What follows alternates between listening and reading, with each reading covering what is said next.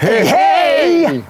On va faire des économies et le jour et la nuit. Il va chercher l'endroit où il y a le plus de lumière en permanence. Il n'y a pas de production entre guillemets perdue. Non, c'est un moyen de voiture lourde en l'occurrence, c'est d'un 4x4. Plug branché, play, fonctionner. Il se met à plat à l'est pour attendre le soleil le lendemain matin. On est sur des retours vraiment très rapides sur investissement. Sur juillet, on est à moins 88% de consommation. Pour moi, c'est énorme, quoi. C'est énorme. Avec seulement 4 panneaux. Salut à toutes et à tous, toujours très heureux de vous retrouver pour cette nouvelle vidéo où on va faire un petit pas de côté par rapport au thème principal de la chaîne qui est l'aménagement de vannes et la vie nomade. En effet, je suis allé rencontrer Jeff que vous avez déjà vu dans 2 précédentes vidéos dans son fief du côté de Limoges et il va nous présenter le tracker solaire qu'il a construit par lui-même et qui lui permet avec ses panneaux solaires de suivre la course du soleil. On va installer ensemble les 2 derniers panneaux solaires qu'il vient tout juste de recevoir. Il nous décrira ensuite en détail son installation. Ensuite, on va parler de la manière dont il consomme cette énergie et comment ça a drastiquement fait baisser sa facture EDF. Et en toute fin de vidéo, restez bien jusqu'à la fin, il nous parlera de son prototype qui est bientôt finalisé et qui sera très bientôt disponible au plus grand nombre. Et allez hop, vamos a découvrir!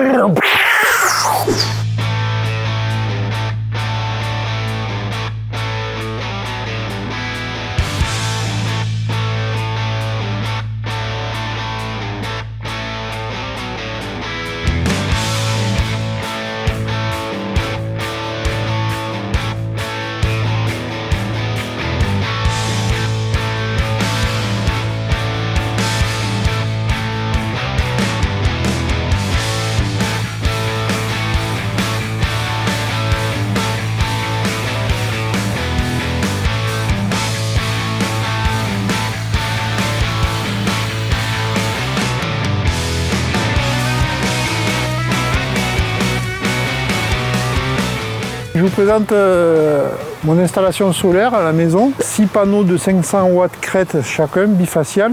C'est-à-dire qu'ils peuvent produire au-delà de 500 watts puisqu'ils prennent la lumière aussi de l'autre côté. D'habitude, on a tendance à les voir sur des supports au sol ou sur des toits.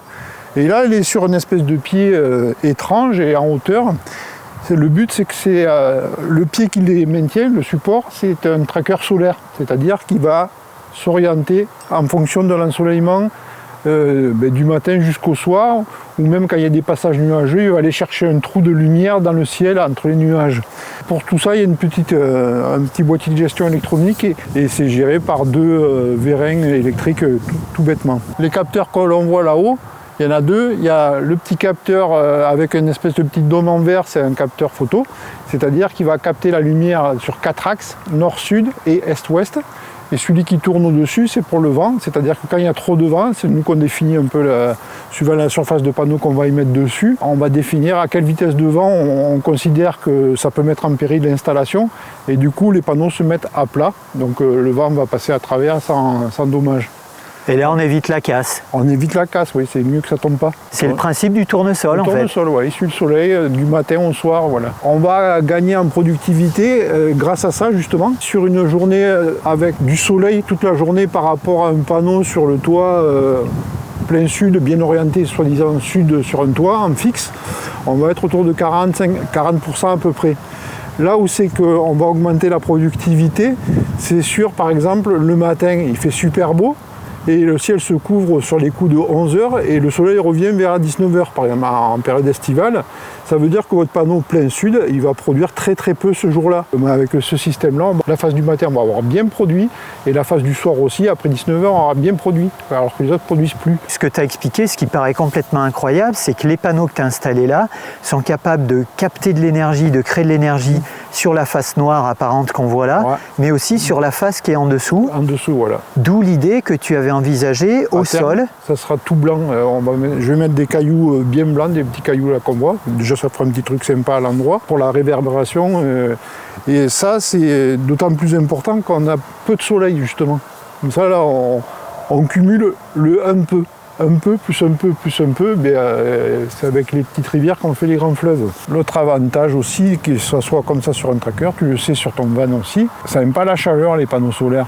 Donc toi tu l'as décollé de ton toit relevable. De 7 ou 8 cm, pour que l'air puisse circuler dessus, parce que ça n'aime pas du tout être... sur un toit, on n'est pas très loin des tuiles. Alors que là, il est quand même à un certain niveau du sol.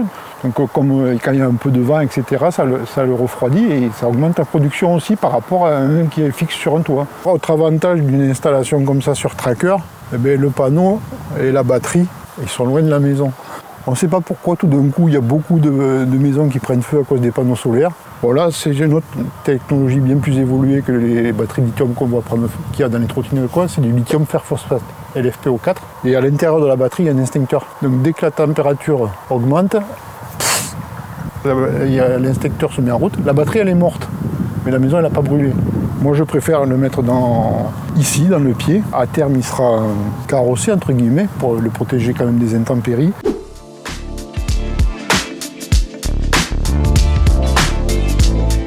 Petite question du néophyte, dans quelles conditions d'ensoleillement il va se déplacer le plus? Un ciel comme aujourd'hui, c'est-à-dire avec plein de passages nuageux et des trouées de ciel bleu ou de soleil de temps en temps. Donc il va toujours essayer de trouver l'endroit où c'est qu'il y a le plus de lumière. Alors des fois ça peut paraître complètement contre-intuitif. On va avoir le soleil de ce côté-là, le soleil est positionné là, on le voit à travers les nuages qu'il y a. Mais à cet endroit-là, quasi à l'opposé, il va y avoir une trouée de ciel bleu, donc c'est là où il y aura le plus de lumière. En fait, on appelle ça panneau solaire, mais effectivement, c'est les photons du soleil qui font produire de l'énergie. C'est la lumière que nous dégage le soleil qui va produire l'énergie, c'est pas le soleil en lui-même. Donc il va chercher l'endroit où il y a le plus de lumière en permanence. En fait, les 4 cellules là-haut, elles vont produire un petit courant faible, et lui, il va chercher en permanence à essayer qu'il ait la même valeur sur les 4. Ça veut dire qu'on est bien perpendiculaire à l'endroit où il y a le plus de lumière. Et du coup, sur des journées vraiment couvertes, grisâtres, comme on a eu hier par exemple, très grises, il va avoir tendance à se mettre à plat complètement, puisqu'il va choper ce qu'on appelle la canopée de lumière, voilà, cette lumière diffuse qu'il y a partout, il se met à plat, comme ça il en attrape un maximum. Alors que quand il est fixe sur un toit, il attrape le peu qu'il y a et puis c'est tout.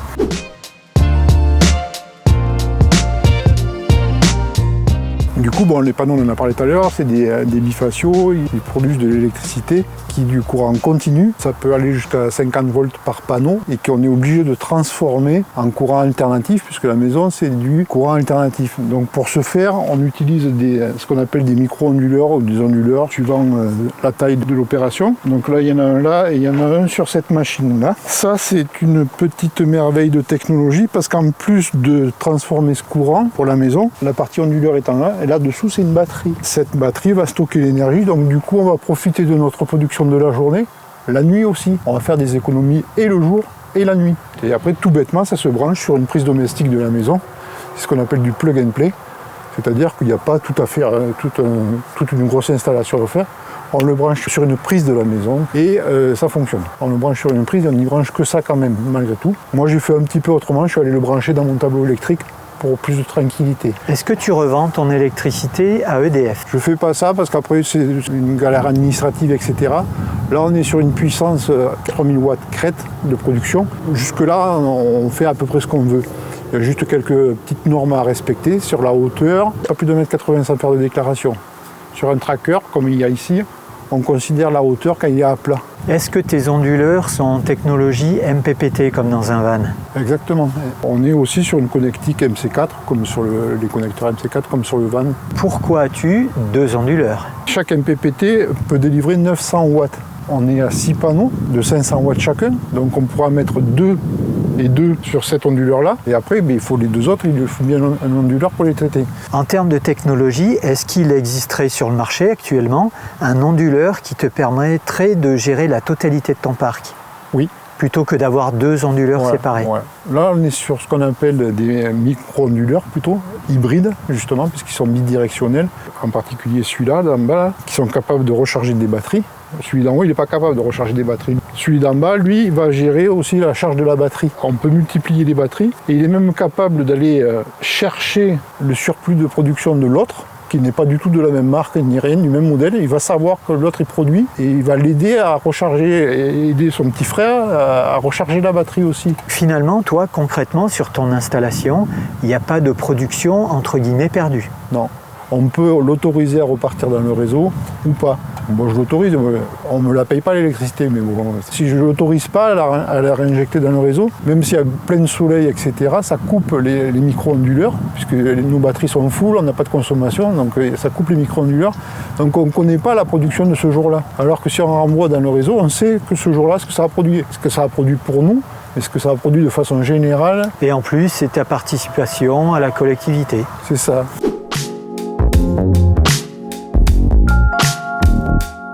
Plug and play, bon, c'est un anglicisme encore, un de plus. Plug, brancher, play, fonctionner. On en trouve plein, il y a plein de marchands d'installation plug and play.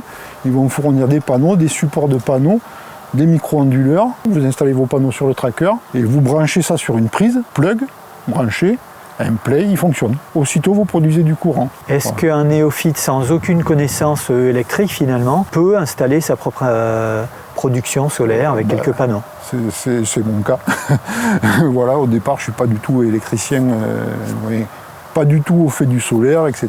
Mais voilà. Électricien automobile, tout de même. Électricien automobile quand même, voilà, on a des bases. J'ai mis une protection à l'entrée du tableau électrique. C'est pas obligatoire, c'est pas nécessaire. Visiblement, la norme va changer justement pour que, effectivement, on ne puisse plus le brancher sur n'importe quelle prise, parce que n'importe quelle prise, on ne sait pas derrière quelle section de fil il y a. Il faut que ça absorbe la puissance. Lui, il est capable de délivrer 2000 watts, celui-là là-bas. Le législateur va quand même intervenir. Alors, on en a marre de cet interventionnisme peut-être, mais là, quand même, c'est pour la bonne cause, quoi. Ça a du sens pour la sécurité. Ça a du sens pour la sécurité. Vous faites venir un électricien, si vous n'en sentez pas capable, il vous pose une prise sur votre tableau, on est tranquille, quoi.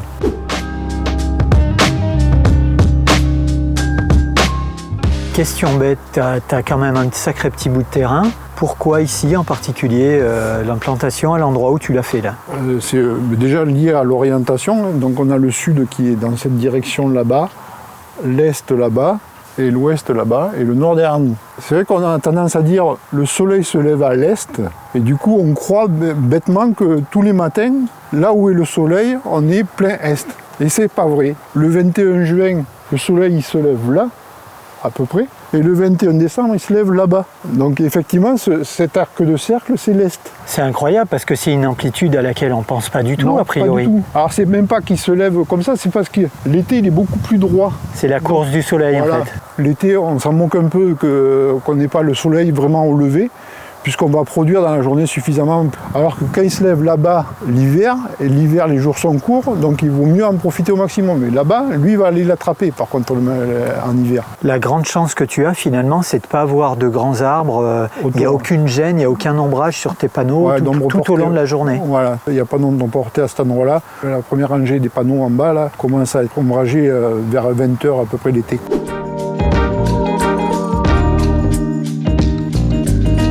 On va utiliser, nous, deux moteurs, deux vérins électriques, un là, un qui va travailler sur l'inclinaison des panneaux, puisque le soleil va descendre à un moment donné. Et la nuit, il va se coucher. Et la nuit, il va se coucher, ouais, quand il n'y a plus assez de lumière. Ça, c'est une fonction qu'on définit avec le boîtier de commande de tout ça. Il considère qu'il n'y a pas assez de lumière, plus assez de lumière, donc il se met à plat, il se met à l'est, pour attendre le soleil le lendemain matin.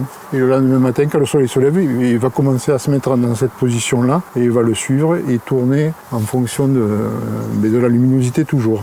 Et pourquoi à plat plutôt qu'à la verticale? S'il y a des coups de vent ou comme ça, on est tranquille, quoi. L'ennemi d'une installation comme ça, c'est le vent. Et l'arrachement, on a déjà subi sur un premier prototype. Voilà, le premier prototype que j'ai fait, je l'ai fait en bois, avec des chevrons, tout bêtement. J'avais juste fait des plans en béton. Et là, il y a eu vraiment un très très gros coup de vent et bon, mais il est tombé, quoi. Ça a arraché un peu le bois, ça n'a pas cassé les panneaux, ils se sont posés par terre et c'était calé, et c'était bon. C'est un moyen de l'automobile. Tiens. On ne renie pas ses origines professionnelles, et qui sont toujours en cours d'ailleurs. C'est un moyen de voiture lourde en l'occurrence, c'est d'un 4x4. Je suis à peu près serein sur la charge admissible de ce système-là. Donc, on l'a fait traverser par un axe, monter sur un pignon, et là on a ce qu'on appelle une crémaillère qui est actionnée par ce qu'on appelle un actionneur linéaire électrique. Donc c'est un vérin électrique. Donc ça c'est pour la partie rotation. La rotation va guère au-delà de 100 degrés d'amplitude. Alors que là on est à quasi 200 degrés entre le point de butée à l'est et le point de butée à l'ouest. Tu pourrais quasiment breveter ça avec un gros tampon de Jeff dessus. Tu es le seul à l'avoir fait. tu as détourné une coulisse de tiroir, ni plus ni moins en fait, c'est ça l'idée. Ouais, ici pour la translation, pour tenir cette fameuse crémaillère, la van life toujours, hein. Les tiroirs du van, c'est quelque chose de simple et peu coûteux. Si par exemple il y a une tempête qui est annoncée, il vaut mieux anticiper un peu. Donc il y a un système qui a été développé, le système tempête. Donc on va l'amener en manuel pour la position tempête. J'ai vu des vidéos, ils ont mis des pieux dans le sol avec des câbles et tout, alors que là c'est vraiment un système très très simple, 2 échos acérés en euros, un pour le bloquer en rotation, un pour le bloquer dans ce déplacement-là. Et puis voilà, tranquille quoi. Et il va travailler avec des vérins électriques. Et du coup, là, alors, ils ont besoin d'électricité. Alors, il y a plusieurs solutions pour faire ça. Cet automate-là est capable de fonctionner aussi bien en 12 volts courant continu, donc une batterie de voiture, ou 24 volts, une batterie de camion. Après, il y a 2 solutions où on va chercher et on met un petit transformateur et on alimente son boîtier en 12 volts ou 24 volts, comme on veut. C'est-à-dire qu'il faudrait amener une ligne de 120 volts ici, voilà. 230 volts à proximité du châssis. On met un transformateur et voilà, mais quand il n'y a pas de courant, ça ne marche plus. La deuxième solution, c'est d'avoir un petit panneau capable de charger une petite batterie de 12 volts. Donc fixé sur le châssis. Fixé là-haut, on peut le fixer n'importe où, sur le châssis par exemple, comme on voit pour les portails ou n'importe quoi, et avec une petite batterie 12 volts, et puis voilà. Ça peut être une petite batterie de moto, par exemple. C'est complètement autonome, etc. Du coup, moi, j'ai choisi une solution un peu hybride. J'utilise une batterie de voiture. En fin de vie pour une voiture, elle est incapable de démarrer une voiture aujourd'hui. Par contre, les vérins, ça consomme vraiment pas beaucoup. Et donc, une fois par mois, il y a besoin d'une petite charge de quelques heures. Plutôt le soir, s'il fait nuit ou comme ça, la nuit. Quand le tracker se repose.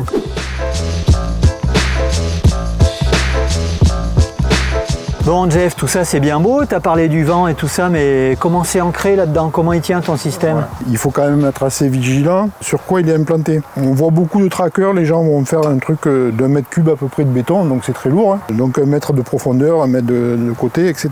Ça fait une voie de 12 mètres carrés ça. Appliqué à cette hauteur-là, ça va créer une contrainte comme ça. J'ai carotté dans le sol jusqu'à 2 mètres de profondeur sur un diamètre de 20 cm. Et en haut, là on a un carré qui fait 60 cm par 60 cm et ça fait 30 cm de haut en fait. Donc ça fait un peu de masse aussi. Tout ça c'est ferraillé, soudé, donc rempli de béton là-dedans et puis ça d'un bloc, ça a été fait en une seule fois. Et du coup le cadre a été accroché, il y a des vis tout le tour là, c'est la tige filetée qui est soudée sur le ferraillage de la fondation. Et pas de catastrophe jusqu'à présent. Jusqu'à présent. Tu vois là on a des gros coups de vent. On ne s'en rend pas compte sur la vidéo mais il y a des grosses bourrasques. Après la sensibilité au vent on peut la régler avec l'automate.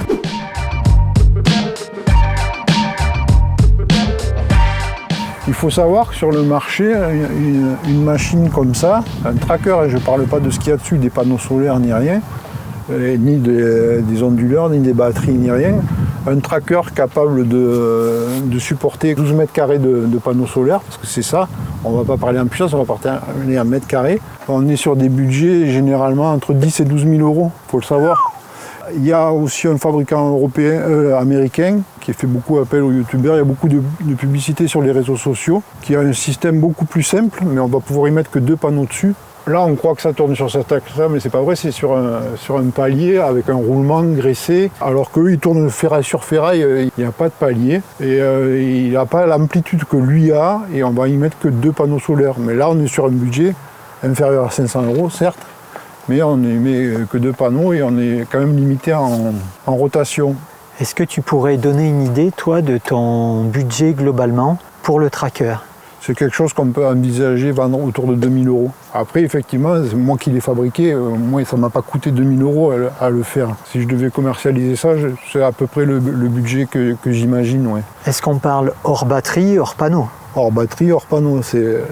Hors accessoires aussi, parce qu'il y a pas mal d'accessoires aussi. Après oui, il y a les fils, il y a tout ça, mais ça, si on a fait une installation en fixe, on les a aussi. Donc avec le contrôleur aussi, ce qu'on appelle l'automate, entre guillemets, ce qui va piloter le truc, les capteurs, les vérins. La machine prête à y mettre les panneaux dessus et à raccorder. Prête à faire le plug and play justement. Si on reparle de budget de façon générale d'une installation solaire plug and play, on achète son petit kit plug and play comme je disais tout à l'heure. Un budget plug and play en 3 kW, on trouve sur beaucoup de sites de mémoire, on en trouve avec les micro-onduleurs, les panneaux, les fils qu'il faut, on est autour de un petit peu en dessous de 2000 euros. Donc si on rajoute le pied, on est à 4000 euros pour une installation. Et après, si on veut faire du stockage, là tel qu'il est, on est autour de 1000 euros aussi. donc on est à 5 000 €, mais avec du stockage, par rapport aux petits coups de fil qu'on reçoit tout le temps qui nous cassent bien les pieds, forcément on n'aura pas droit à des aides avec ça. Mais avec 5 000 €, on a une installation bien plus performante, mais vraiment que ce qu'on va vous proposer de mettre sur votre toit à autour de 8 000 – 10 000 €. On est sur des retours vraiment très rapides sur investissement. Tu m'avais parlé d'une période aux alentours de 2 ans. Oui, pour moi, parce que j'ai tout fait moi-même.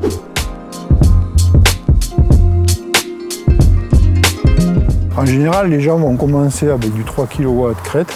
On ne peut pas être indépendant complètement d'EDF avec 3 kW crête. L'été, on peut l'être. L'hiver, non. On peut pas être, c'est pas assez. À l'hiver, il faut augmenter la surface de production parce qu'on va produire beaucoup moins longtemps et on ne va pas arriver à charger. Et les batteries, on va en avoir besoin plus longtemps. Par contre, on aura une période de jour bien inférieure à une période de nuit. Donc après, c'est un équilibre à trouver entre la production et la capacité à charger les batteries en même temps que la consommation de la maison à ce moment-là et à avoir suffisamment d'autonomie pour arriver jusqu'au lendemain, à condition que le lendemain, il fasse beau aussi. Si on veut être vraiment ce qu'on appelle off-grid, c'est-à-dire déconnecté d'EDF, plus avoir de facture du tout, on rentre sur d'autres installations, quoi. En termes de panneaux de production, il faut vraiment augmenter le nombre de panneaux. Et en termes de stockage dans les batteries, pour effectivement pouvoir pallier à une période sans soleil assez longue.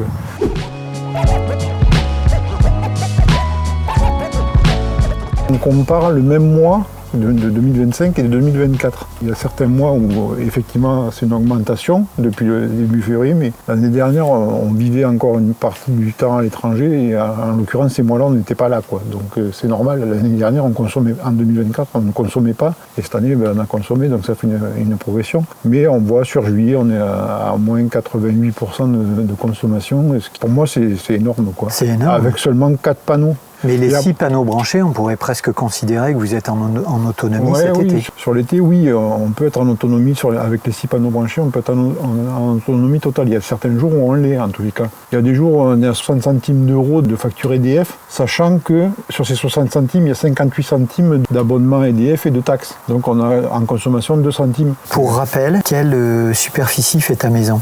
70 mètres carrés. Et une maison très récente, donc plutôt bien isolée. Oui, plutôt bien isolée, voilà. Et 2 habitants permanents. 2 habitants en permanence. On est arrivé à nos 2 centimes de consommation avec la clim. La clim, en même temps, à ce moment-là, le chauffe-eau tournait aussi. Voilà. La chaleur va être un problème dans les années à venir. Même si on est un peu contre ça, c'est la première fois qu'on a une clim, nous. Parce que quand on a besoin de la clim, il fait beau. Donc on est sûr qu'on en a besoin, on est sûr qu'on est capable de produire ce qu'elle consomme en énergie, quoi. Il y a une très bonne corrélation avec la production. Voilà. Et puis j'ai acheté cette batterie-là pour mon van, mais le van, on ne s'en sert pas non plus des masses. C'est dommage d'avoir investi dans un appareil comme ça et de ne pas en profiter au quotidien. 2000 watts de stockage, on peut tirer 2400 watts dessus. Du coup, j'ai mis une prise connectée. Zendur. Je peux la recharger avec mes panneaux de là-bas. Quand elle est dans la maison, elle peut charger jusqu'à 1200 watts. Et tu fais le on-off sur ton appli, sur le smartphone. Voilà, sur mon smartphone. Même si je ne suis pas là, si je vois que mes panneaux produisent beaucoup de coups, je vois si la maison elle consomme à ce moment-là. C'est un moment opportun. Mon autre batterie qui est dehors, elle est chargée à bloc. Et allez, on va lui mettre un coup de boost. À 1200 watts, elle est vite chargée celle-là. Donc c'est une sorte de déclenchement manuel que tu fais toi. Au fur et à mesure de la journée, tu guettes un petit peu ton appli. C'est ça, ouais. On pense que Zendur va finir par faire des évolutions de produits aussi. On pourra le mettre dans le scénario. C'est-à-dire que quand toutes les batteries sont chargées, Zendur, et que dans la production solaire, il y a peu de consommation, il sera capable lui-même d'activer la prise connectée et de charger autre chose que sa batterie à lui. En automatique. En automatique. Elle est juste à côté du frigo. Pourquoi ? Parce que le frigo, il est branché dessus. Parce que lui consomme tout le temps, 24 heures sur 24. Si on a une coupure de courant EDF, c'est complètement transparent pour notre frigo. Et ça, c'est une sacrée économie, parce que pour ordre d'idée, combien il consomme ce frigo ? Et c'est beaucoup, parce que c'est un frigo congélateur américain, entre 150 et 200 watts, à peu près de 20 heures à 7 heures du matin, et il va nous consommer 70% de la contenance de la batterie. Ah oui, ouais. Ça mange, quoi. Ça mange, ouais. Donc avant, ça mangeait sur la maison. Et c'est la fin de cette vidéo sur une installation solaire exceptionnelle réalisée par un particulier et qui lui permet de bénéficier d'économies substantielles pour une durée d'investissement très courte. Si cette vidéo vous a plu, pensez au petit pouce, au partage et aussi à vous abonner pour soutenir mon travail. Et dites-moi en commentaire si ce tracker vous inspire et quel type d'installation vous avez éventuellement vous-même dans votre jardin ou envisagez d'installer dans un futur proche. Comme vous l'avez compris, Jeff est en cours de finalisation de son prototype qu'il sera en mesure de proposer clé en main dans les mois à venir. Étant donné que je suis très admiratif des personnes comme lui qui créent de leurs propres mains avec beaucoup d'inventivité, je ne manquerai pas de revenir vers vous et de vous tenir informé de l'avancement de son projet. Si toutefois vous souhaitez échanger avec Jeff en direct, vous trouverez son adresse mail en description de cette vidéo, ainsi que tous les liens vers le matériel qu'il a utilisé, en dehors de tout partenariat. À toutes fins utiles, je vous informe que j'ai aussi créé sur la chaîne une playlist intitulée « La vie autrement », dans laquelle vous retrouverez cette vidéo, mais aussi une vidéo de présentation de la coopérative d'énergie citoyenne qui s'appelle Enercop, qui a été réalisée il y a quelques mois. Elle pourrait intéresser celles et ceux d'entre vous qui souhaiteraient changer de fournisseur d'électricité pour aller vers de l'électricité garantie 100% renouvelable. Mais je vous rassure, une fois encore, je n'ai absolument rien à vous vendre. Je suis sociétaire d'Enercop depuis plusieurs années et je souhaitais simplement faire un petit coup de projecteur. Dans la prochaine vidéo, qui est visiblement très attendue par certains d'entre vous, je vous présenterai mon petit afficheur que j'ai connecté sur la prise OBD du van et qui me permet en temps réel d'être informé d'une éventuelle montée en température excessive du moteur pour éviter qu'il n'explose, si vous voyez ce que je veux dire, et par voie de conséquence d'être beaucoup plus serein lorsque je prends la route. En attendant, je vous souhaite un très bel automne et d'ici là, n'oubliez pas de kiffer la life!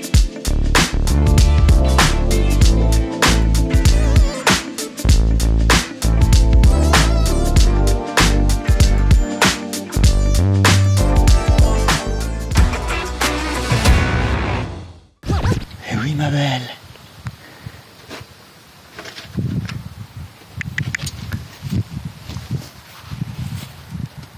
Trop belle. Trop beau d'ailleurs.